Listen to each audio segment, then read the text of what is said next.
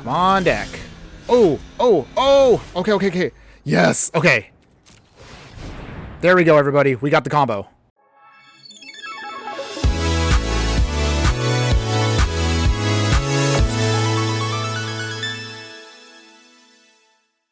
Hello my fiery friends, the Infernoman here with the latest in budget deck technology. And for today's deck tech, I want to basically ask you a question before we get started. Is it possible to take with us the idea that we can use the Heliod Infinite Squirrels combo and do it on a budget? It's a bold strategy. Well, thanks to the new Lord of the Rings Tales of Middle-earth, wow, that's a mouthful, a set on Arena, we actually can now finally pull off this combo on a budget that is very affordable, and it gets you easily into an awesome best of one deck for the format. This is Rosie Cotton Squirrels. But as always, let's go over the stats of the deck real quick to show you again what we're working with here. So this is of course going to be in the historic format because that's the only format you can play the new Lord of the Rings cards on. It is Selesnya color, so that means we're playing a white and green deck with an average mana curve of about 2.3. We have about 32 creatures in the deck, 4 instants, 4 artifacts, and 24 lands total. Now, if you've been playing on Arena as long as I have, you obviously have seen this combo at some way, shape, or form at some point in Arena.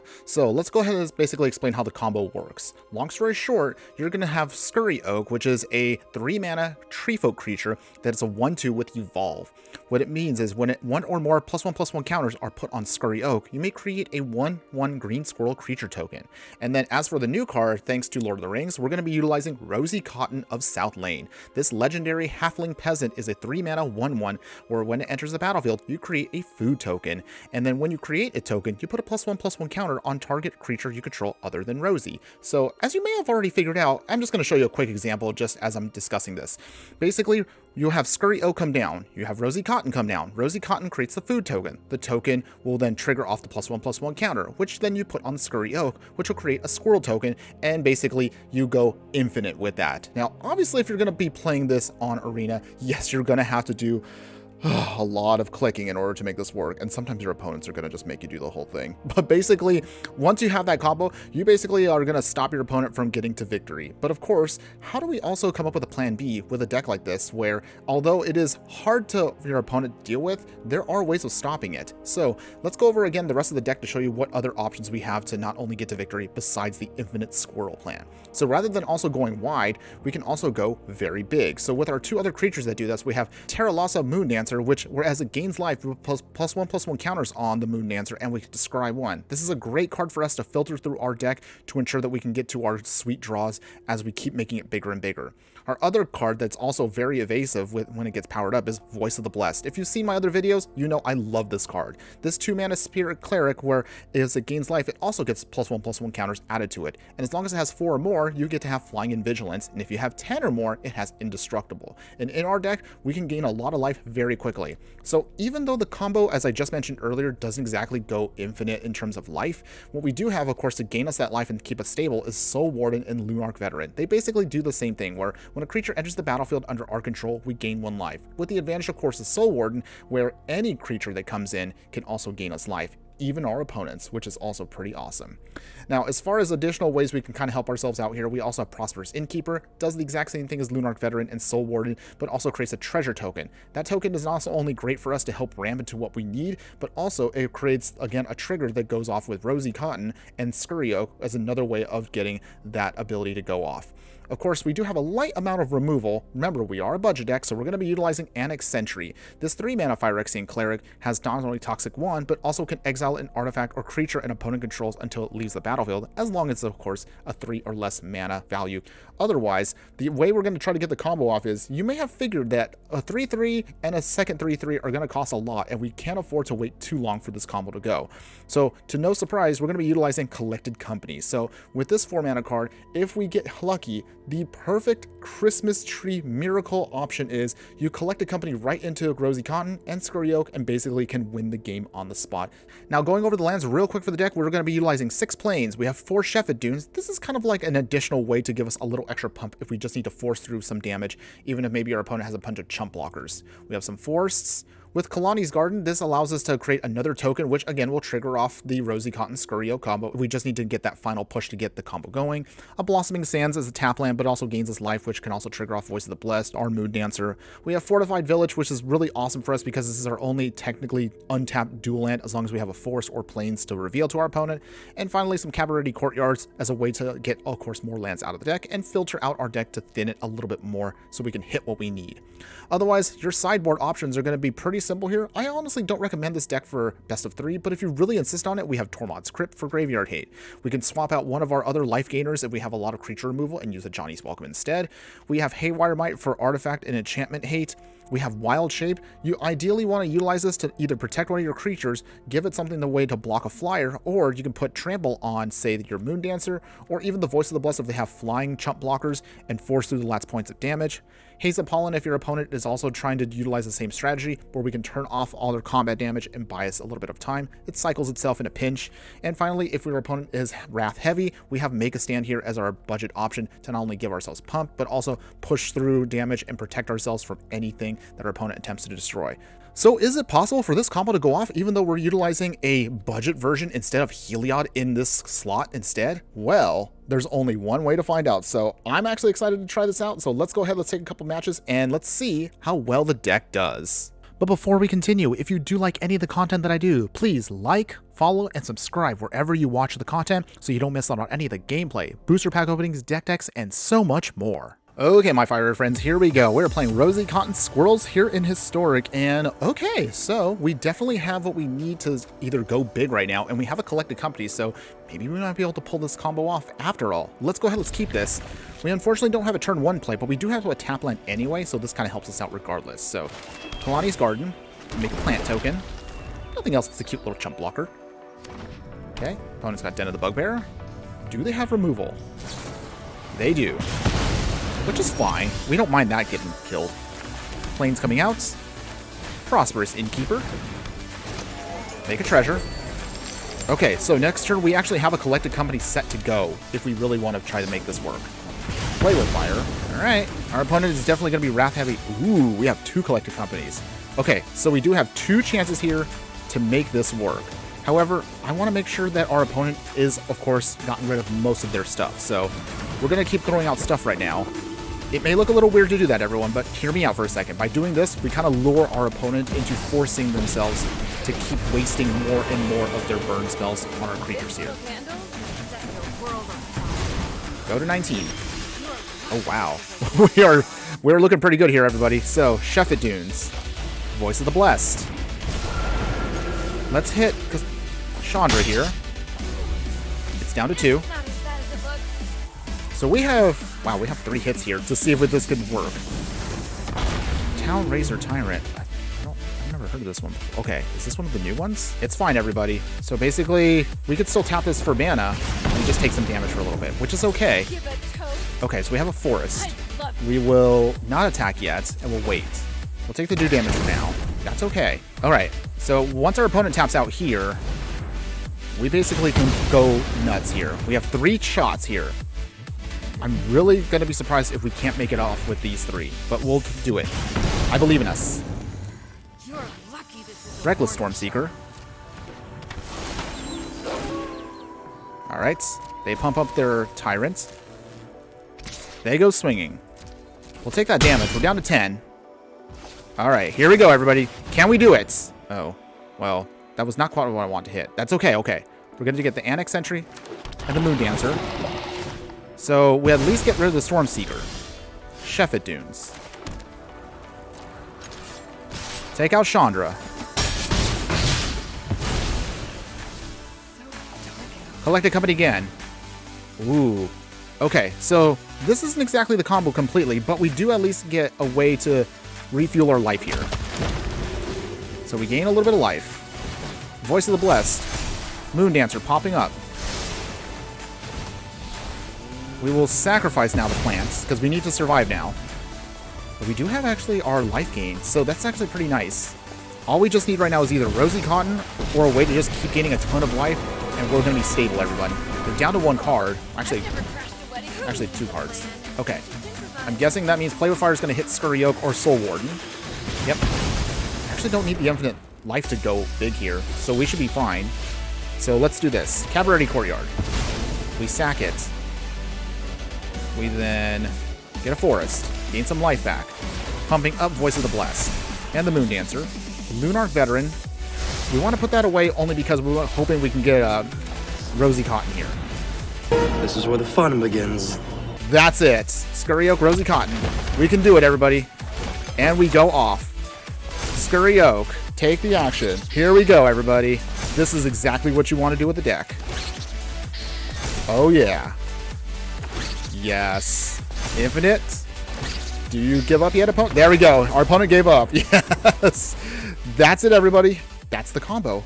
Wow. It actually worked. That was awesome. Love it. Okay, my fiery friends, here we go. We are playing our Rosie Cotton Infinite Squirrels deck on a budget. And can we pull it off here?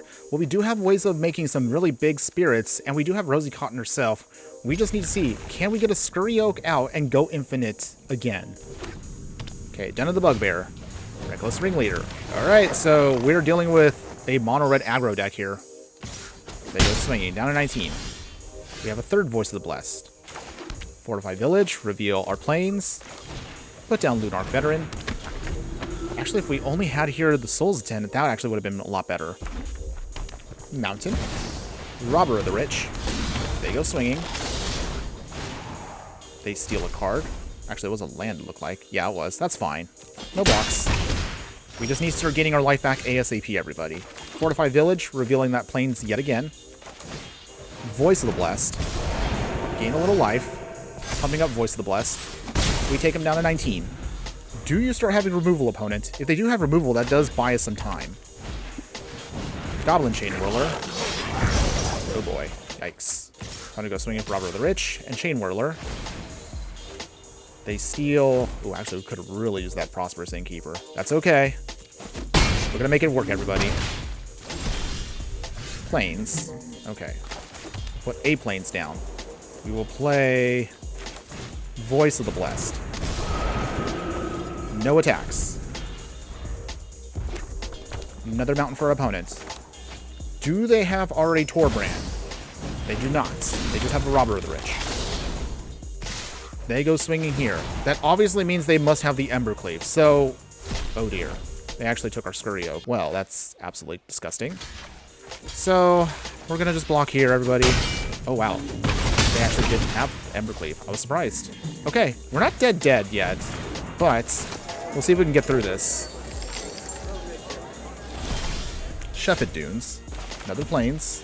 We will play Voice of the Blessed. We will play Luminous Phantom. No attack still. Can we stabilize here? Is it possible? Mountain. They pop their treasure. Reckless Ringleader. They gain life, which is kind of awkward as a mono-red deck. Turn on Den of the Bugbear. They go swinging here. They make another creature and steal... Oh boy. So, how do we do this, everybody? Can we get out of this here? We then block... How do we block this? Okay, we block Robber of the Rich, Voice of the Blessed, and this is how we do it. That dies. Triggers off Luminous Phantom, pumping up the Voice of the Blessed. They lose some creatures here. Okay. Well, that wasn't too bad. Sheffet Dunes. Rosie Cotton of South Lane. We make a food. We then can put a token... I'm sorry, I keep saying token. Why do I say token? We could put a counter on Luminous Phantom. No attacks yet. We have to find a way to stabilize. Our opponent basically is running out of gas, and we have a way of slowing them down completely here. Reckless Ringleader coming down. They gain life. Reckless Stormseeker. They gain more life. Alright. Can we do this, everybody? They pump up the Reckless Stormseeker. Actually, they pump up Goblin Chain Whirler. Wow, I can't read today. Opponent goes swinging here. Big swing. So how do we block this? We have to find a way to block here. So Voice of the Blessed, blocking Goblin Chain Whirler. Voice of the Blessed, blocking Reckless Stormseeker. We then block Prosperous Innkeeper with the Phantom. Okay, I think that's it. We can do it from here. 3 blocks. Sacrifice the food. Triggering off our other creatures. We go down to 4. And wow, we actually fought our way out of this. That was awesome. Okay. Sheffet Dunes. Rosie Cotton. Keep new Rosie Cotton. The other one dies. But we now pump up our other creatures. They gain some life. Prosperous Innkeeper. Make another token. We then... Wow, we actually did it, guys. Yes, we fought our way out of that. Wow, I really thought we were going to lose that match. All right. All right, my fiery friends, here we go. We're playing our Rosie Cotton Infinite Squirrels deck, and we don't have either of those cards in our hand or anything that draws into it. But that's okay, because we have our plan B to the deck, which is the usual life gain and make stuff really big. We're still going to keep this regardless. Razorverse Thicket. Absent Pilgrim. Okay. I haven't seen anybody play this in a while. Alright, so with that, Cabaret Courtyard. We just need to start fixing our mana. So with that, let us get out at least a Plains first. We can afford to put down Prosperous Innkeeper in a bit. Soul Warden. Okay. Well, it's going to be a lot of life gaming among the two of us here. Voice of the Blessed. Okay. Well, this is going to be an interesting race, everybody. We'll see if we can stop them.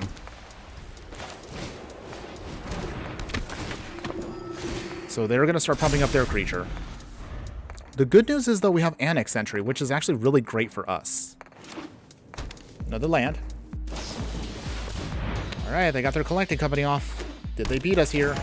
They do get some Prosperous Innkeepers, which is kind of annoying against us. But we also gain some life, too.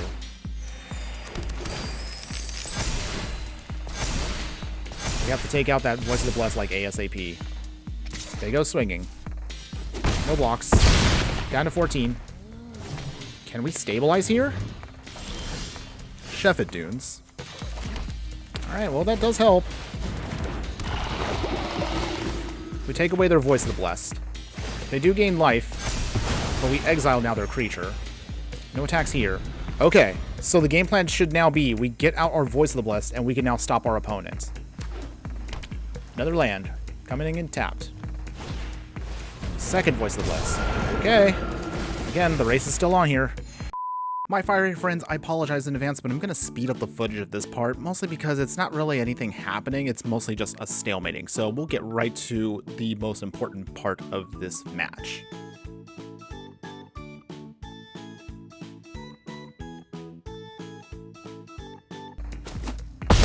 Down to 7. Are we going to lose here? Oh, okay. So Rosie Cotton. Prosperous Innkeeper. Gain some life.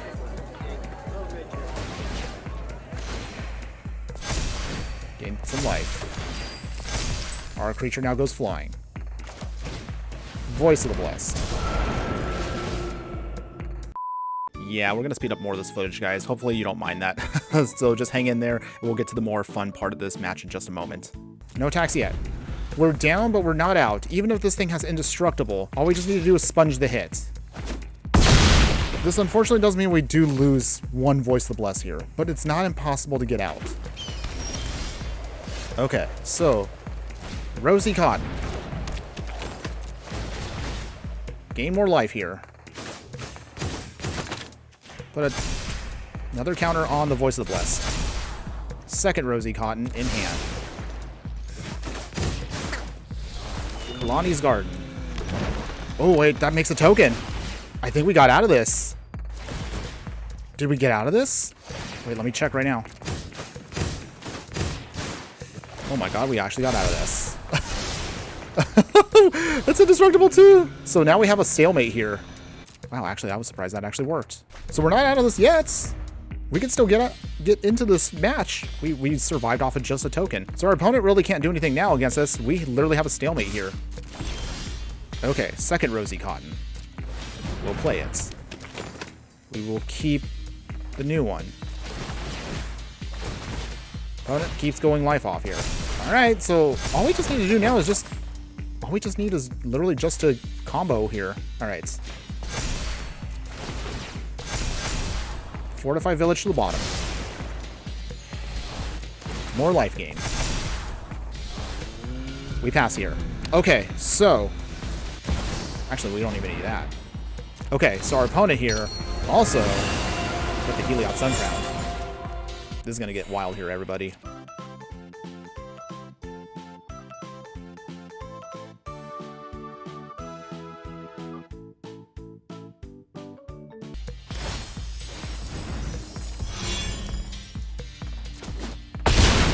Okay, we just sponge a giant hit, but they gain a ton of life here. We eat a food, gain a little life here. We could just do some more pumping.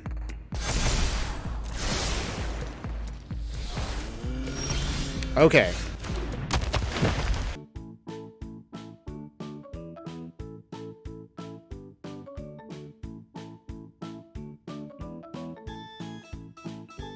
No attacks, and we pass. Okay, so as long as our opponent does not have removal here, we can hopefully get through this. We just need to trigger this off just once. Just once and we're fine. Any token producer will be great here. Opponent's gonna go swinging. We block with Voice of the Blessed. I'm surprised they actually didn't swing with something else. But that's okay. They gain a ton of life again. They're up to 119 life. Wow. We will sacrifice a food to gain life and scry. Okay. Fortify Village doesn't do it, so we're going to put that to the bottom. Come on, deck. Oh, oh, oh! Okay. Yes, okay. There we go, everybody. We got the combo. Yes, we got there! Oh, yes, we beat our opponent here! Oh my goodness. Oh, that felt so good. That was amazing, everybody. And there you have it, everybody. So that was the Rosie Cotton Infinite Squirrels token deck on a budget. And you tell me in the comments below, what do you think? Are you a fan of this deck in any way, shape, or form? I'm going to tell you right now, I was actually really impressed with how the deck performed. Even though the deck is on a budget, and despite the fact that Heliod is a much more powerful card than Rosie Cotton, the combo still manages to pull itself off even in a cheaper form, and it still can get you wins even in ranked. Now, does that mean this version is better or at least on par with the Heliod version? Well, I think it's a little too early to think about how that works, because I'm going to be very clear with you. I think our deck would have performed a lot better if we just had some better options with at least the land base. Truth be told, I honestly don't think you need Heliod specifically for this, so if you do want to save and you do like this combo, this version I think is probably going to be the best budget version you can rock with only a small investment that also can be applicable to other decks out there. Obviously, Collected Company goes into multiple styles of decks out there, so this is definitely a safe craft. If you're not a fan of Voice of the Blessed, you don't have to use this. You can even use a more budget option if you want to, which is Johnny's Pride, but I probably wouldn't recommend that personally, because mainly this card is something you definitely need as a game plan to back yourself up. You saw in our previous match, if we didn't have this card, we would have lost immediately very quickly against our opponents. So I definitely would recommend this, of course, at least in the bare version of the budget. Now, for those of you out there that are interested in upgrading the deck to the more standardized version, so to speak, basically what you're seeing on screen right now is what we're going to be looking at right now. So you're going to have, of course, most of it's going to stay the same. The only major differences, of course, is you will lose Rosie Cotton to get Heliod Sun Crown, because again, you can argue this back and forth, but Heliod at least provides us with another way to stabilize with its life gain, a secondary ability. And also, if it comes in as an actual creature, it is itself indestructible, making it very hard for our opponent to deal with. Your other removal gets a major upgrade here with Skyclay Apparition. Normally, I don't actually like this card personally, but of course, when we use it in this deck, it is extremely powerful and very handy to have. Your land base, of course, gets also a lot of overhaul and updates, so you're going to get some Castle Ardenvales, any Jono Seed of the Empire as always, Beseiju. You'll put in all the dual lands that you can afford and throw them in here. Make sure, of course, you definitely want to get the lands that are not tapped, because again, with this deck, you want to make sure that you have what you need on curve as soon as possible. If you're dealing with other go white strategies out there, or opponents that are going to try to use the combo itself against us, in best of 3, you have Declaration in Stone now. We also have better protection with Heroic Intervention. You'll add in a copy of Ajani's Strength of the Pride. Keep the Ajani's Welcomes, of course. Keep the Wild Shapes. That way you have a way of pushing through damage. And the only other catch-all removal spell will be March of Otherworldly Light as well. As for my actual final thoughts on the deck, I'm actually really impressed with the fact that Rosie Cotton gives us not only a much more better budget option for you if you do like the Selesnya combo deck with going infinite with squirrels. This now gives many players out there a way to play this deck without having to invest the mythics to pull it off. Heck, you can even just go super cheap, as you saw. You could use tap lands if you really want to for the dual lands, but that don't want to hurt yourself too much there. So just keep that in mind and strike that decent balance like you saw with our deck today. However, at the end of the day, if you are a fan of combo decks out there, if you're a fan of making a lot of hilariously tiny little creature tokens that go infinite and stop your opponent from doing their thing, if you're a person out there that likes the Lord of the Rings cards, let me know in the comments below what you want to see me build, and I would love to hear from you. Regardless, if you do play the deck, as you saw, once you make your giant army of squirrel creature tokens and go super wide, or if you want to go massively huge, which are Moon Dancer and your Spirit, I assure you, whichever way you get to that victory, you will surely not be disappointed. That's all I have for you today. Thanks again for watching, everyone, and just remember that no matter what you do play in the game of life, always be sure to burn bright. Later.